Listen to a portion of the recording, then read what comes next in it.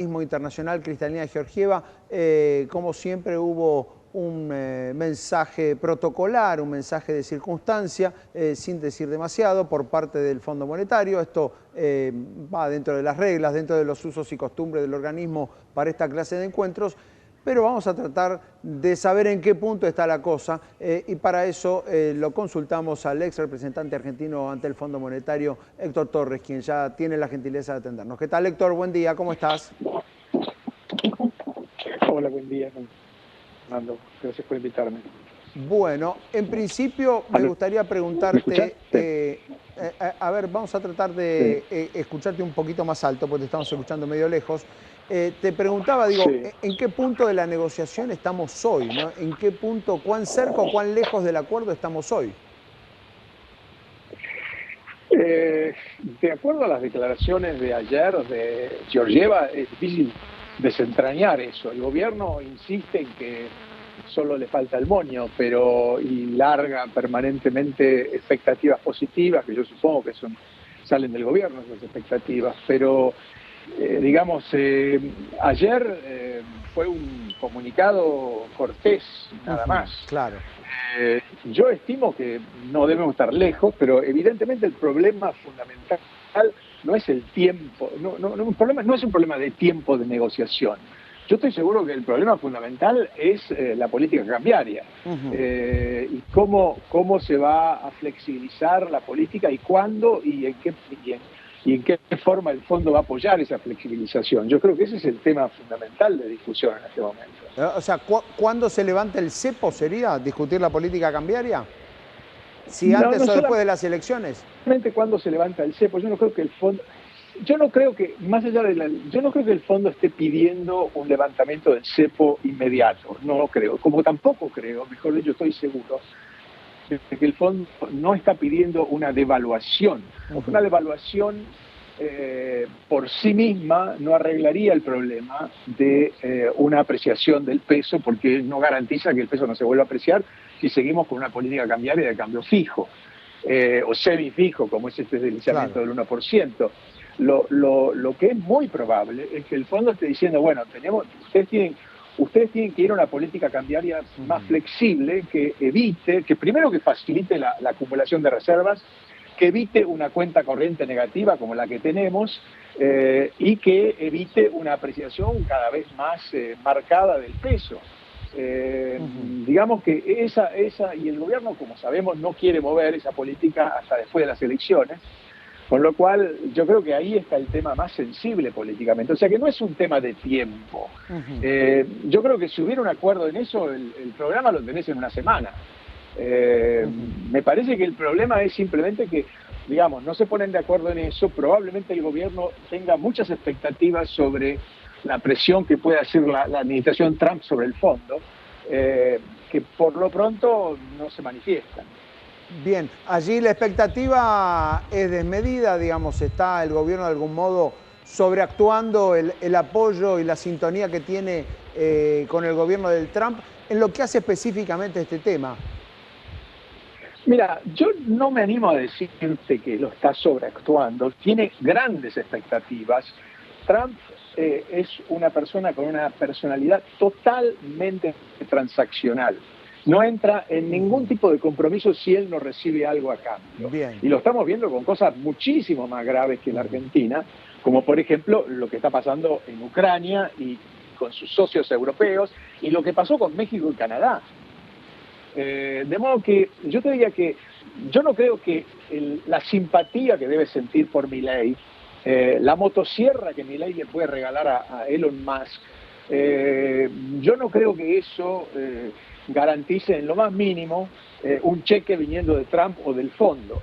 Ahora, no quiero decir que no sea útil tener una muy buena relación con Trump, sin duda es muy útil para lo que está buscando el gobierno, pero que alcance, la verdad lo dudo, porque para empezar, tanto el fondo como el propio Claver Carone, que tiene una posición importante en la administración Trump, recuerdan muy bien que en el 2018, cuando Caputo estaba de presidente del Banco Central, la Argentina usó los fondos que había desembolsado de una vez, o sea, el desembolso fue muy importante, creo que fueron 15.000 millones de dólares de un saque, lo usó en forma diferente a la que estaba prevista en el programa. Y no quiero decir que son ilícitos, ni mucho menos, simplemente no era lo que estaba previsto.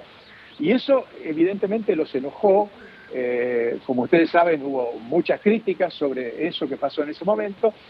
El fondo aprendió, yo te diría, que cuando te da la plata es tuya y vos la usás como te parece.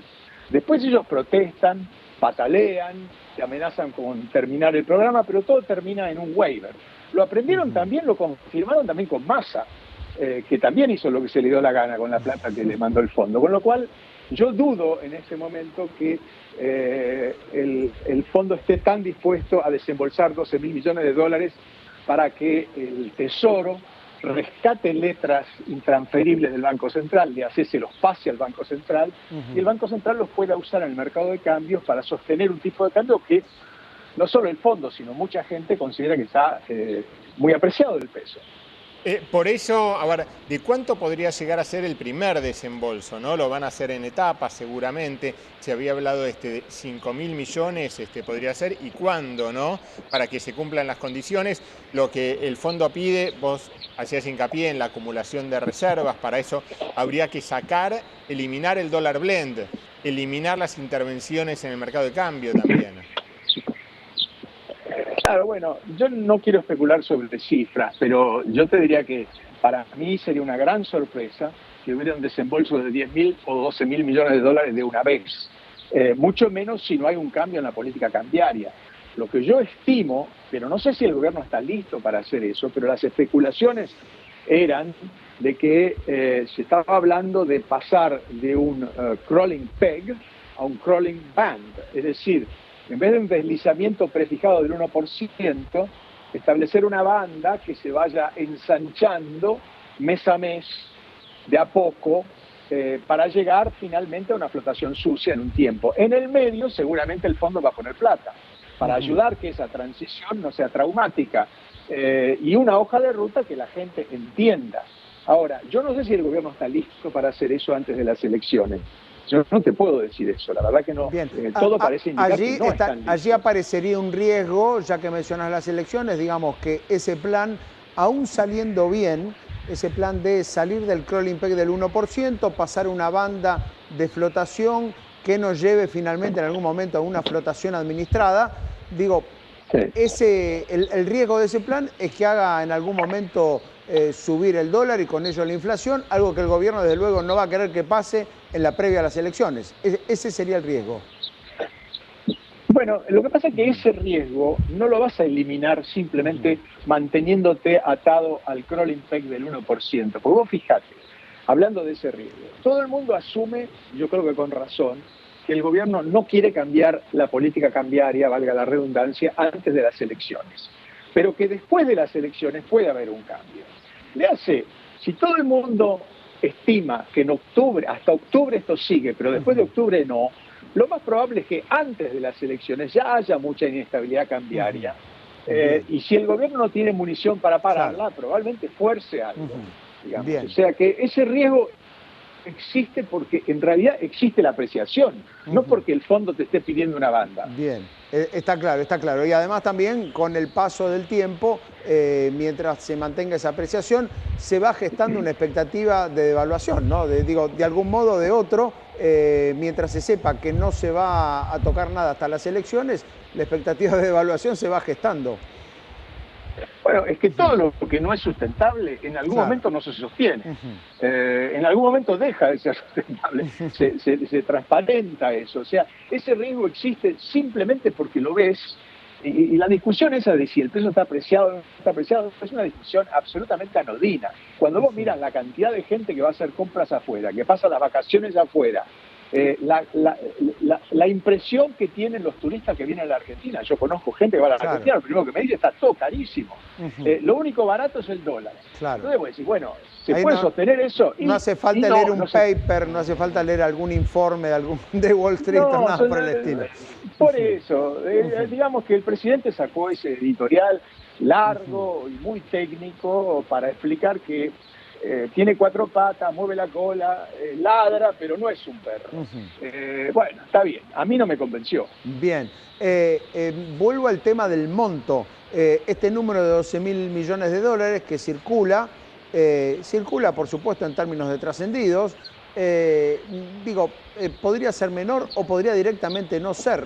Me quedó rebotando esa frase de no veo al fondo poniendo 12.000 millones de dólares. Bueno, a ver, yo creo que el fondo puede poner 12.000 millones de dólares, un programa puede ser de ese tamaño. Lo que no creo es que sea un desembolso inicial de 12.000 millones de dólares. Pero es lo que sí se necesita para salir del cepo. Bueno, es lo que se necesita si resulta de que vos no querés cambiar la política, no querés modificar la política cambiaria y querés levantar el cepo de una vez. Eso, por supuesto, si vos en este momento levantaras el cepo con un dólar barato como el que está, y probablemente había mucha gente que va a aprovechar y va a comprar dólares. Digamos que no es tan difícil de entender eso.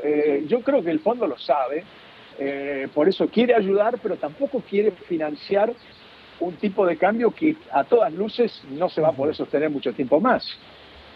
No, y aparte, como vos bien decís, tienen bien el recuerdo fresco de lo que pasó en 2018 cuando el propio Caputo estaba como presidente del Banco Central. Sí, y lo que pasó en el 2022, porque no nos olvidemos, Massa también usó el dinero para financiar su campaña electoral. O sea, que digamos que el fondo sabe que por muy condicionado que sea y no sea de libre disponibilidad, una vez que te depositó la plata es tuya. Está claro y tiene los antecedentes recientes, más que claro, y un punto muy relevante, el que mencionás y que no está en los análisis que escuchamos todos los días en la Argentina sobre el tema. Héctor, muchísimas gracias por este contacto. Al contrario, gracias a ustedes, adiós.